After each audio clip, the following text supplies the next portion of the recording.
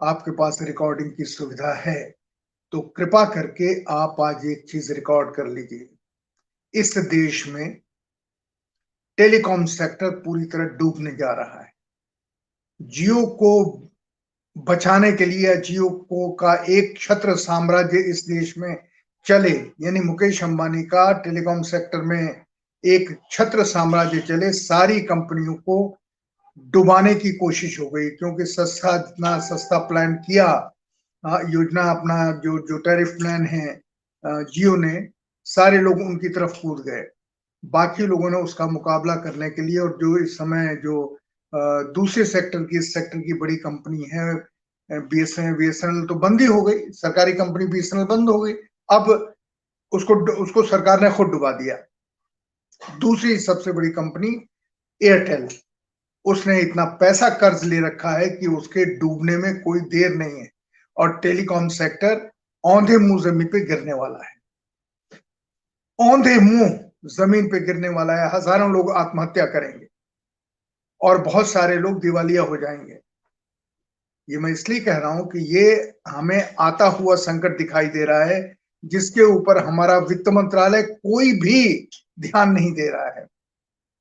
पता नहीं किस किस तरह के आयोग बने हैं, कमेटियां बनी हैं, लेकिन वो उसके ऊपर ध्यान नहीं दे रही हैं। क्षमा कीजिएगा। एक दूसरा सेक्टर और है जो बर्बाद होने जा रहा है, वो सेक्टर है पावर सेक्टर। जब सपना था प्रधानमंत्री जी का कि हमारा देश न केवल आत्मनिर्भर होगा बल्कि दूसरी जगह भी बिजली देगा, पड़ोस के लोगों को पावर देगा, और सब कुछ सोलर से होगा।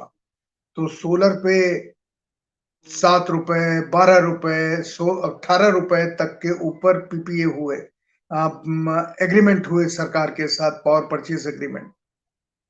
लेकिन अब सारी दुनिया में सोलर पावर सस्ती हो गई है, और हिंदुस्तान में भी कंपटीशन इतना है कि जितने लोगों ने पैसा देकर के जगह खरीदी थी या पावर सेक्टर में इन्वेस्ट किया था बनाने के लिए, वो सब बैठ गए। कोई भी पावर सेक्टर चल नहीं रहा है। सरकार के पास कोई योजना नहीं है कि उसने जो इन्हें वादा किया था, इनका जो पैसा खर्च हुआ, जो इन्होंने पैसा लेके लगाया बाजार से, वो पैसा उनका वापस आ पाएगा या वो भी डूब जाएंगे। बहुत सारी कंपनियां, बड़े बड़े ग्रुप्स की कंपनियां बंद हो गई हैं पावर सेक्टर की। पावर सेक्टर भी धड़ाम से गिरने वाला है। जिस तरीके से सरकार की अदूरदर्शिता ने टेक्सटाइल सेक्टर को बर्बाद किया, बंद किया, जिस तरह सरकार की अदूरदर्शिता ने रियल्टी सेक्टर को, ये जो कंस्ट्रक्शन की दुनिया है, मकान बनाने वाला और बेचने वाला, इसको बंद किया, और अब जिस तरीके से उन्होंने नियम बनाए हैं, उसमें ये पावर सेक्टर और टेलीकॉम सेक्टर भी डूबने वाले हैं। ये वित्त मंत्री को नहीं मालूम क्या? हमें कहां से मालूम हुआ? हमें भी तो वित्त मंत्रालय के लोगों से ही पता चलता है।